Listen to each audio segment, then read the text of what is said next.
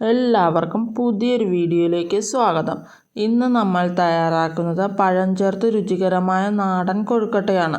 ചായയ്ക്കും കാപ്പിക്കും ഒപ്പം കഴിക്കാൻ സൂപ്പർ ടേസ്റ്റിയായ ഒരു നാടൻ പലഹാരമാണ് പഴം കൊഴുക്കട്ട. കൊഴുക്കട്ടയ്ക്ക് ആവശ്യമായ ഫില്ലിംഗ് തയ്യാറാക്കാം.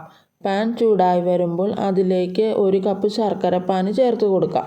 ശർക്കരപ്പാനി തിളച്ച് ചെറുതായിട്ട് വറ്റി വരുമ്പോൾ അതിലേക്ക് 2 കപ്പ് തേങ്ങ ചിരകിയത് ചേർത്ത് ഇളക്കിയെടുക്കാം. ശർക്കരപ്പാനിയും തേങ്ങ ചിരകിയതും യോജിച്ച് വരുമ്പോൾ അതിലേക്ക് 2 ഏലയ്ക്ക, 1/2 ടീസ്പൂൺ ജീരകം, 1 ടേബിൾ സ്പൂൺ പഞ്ചസാര എന്നിവ ചേർത്ത് പൊടിച്ച കൂട്ട് ഇതിലേക്ക് ചേർത്ത് യോജിപ്പിച്ചെടുക്കാം. പഴം കൊഴുക്കട്ടയ്ക്ക് ആവശ്യമായ ഫില്ലിംഗ് തയ്യാറായിട്ടുണ്ട്. ഇത് തണുക്കുന്നതിന് വേണ്ടി മാറ്റിവെക്കാം.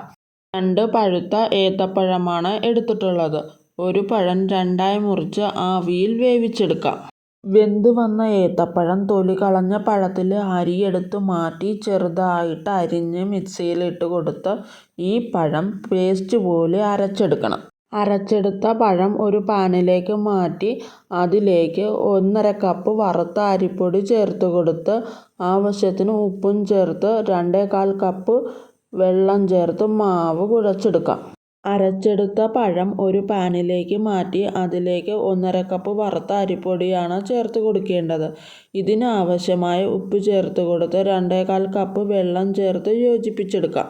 വേണ്ടി അടുപ്പത്ത് വെച്ച് തിളച്ച് വന്നു കഴിയുമ്പോൾ കൈവിടാതെ ഇളക്കി ഇതിലെ വെള്ളം വറ്റിച്ചെടുക്കണം.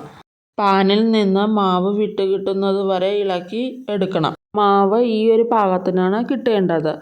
ഈ പാനിൽ നിന്ന് വേറൊരു പാത്രത്തിലേക്ക് മാറ്റിക്കൊടുക്കുക. അല്ലെങ്കിൽ പാനിൻ്റെ ചൂട് കൊണ്ട് മാവ് ഡ്രൈ ആയി പോകാൻ സാധ്യതയുണ്ട്.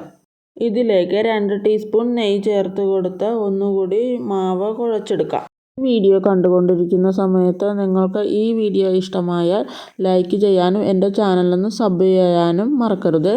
മാവ് കയ്യിൽ ഒട്ടിപ്പിടിക്കാതിരിക്കുന്നതിന് വേണ്ടി കയ്യിൽ ഇത്തിരി എണ്ണ തടവിയതിന് ശേഷം കൊഴുക്കട്ടയുടെ വലുപ്പത്തിന് ആവശ്യമായ മാവ് എടുത്ത് ഈ ഒരു രീതിയിൽ പരത്തിയെടുക്കണം.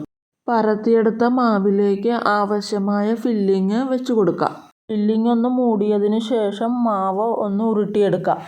ഇതേപോലെ തന്നെയാണ് മറ്റുള്ള കൊഴുക്കട്ടകളും ഈ രീതിയിൽ ഉരുട്ടിയെടുക്കേണ്ടത്. ഇനി ഈ കൊഴുക്കട്ടകൾ വേവിച്ചെടുക്കാം. അതിനായിട്ട് ഒരു ഇഡ്ഡലി പാത്രത്തിൽ ആവശ്യത്തിന് വെള്ളം ഒഴിച്ച് വെള്ളം ഒന്ന് തിളച്ച് വന്നതിന് ശേഷമാണ് ഇതിലേക്ക് ഓരോ കൊഴുക്കട്ടകളും എടുത്ത് വെച്ച് കൊടുക്കേണ്ടത്. 10 മിനിറ്റ് നേരം ഈ കൊഴുക്കട്ട അടച്ചു വെച്ച് വേവിച്ചെടുക്കാം. പഴം കൊഴുക്കട്ട തയ്യാറായിട്ടുണ്ട്.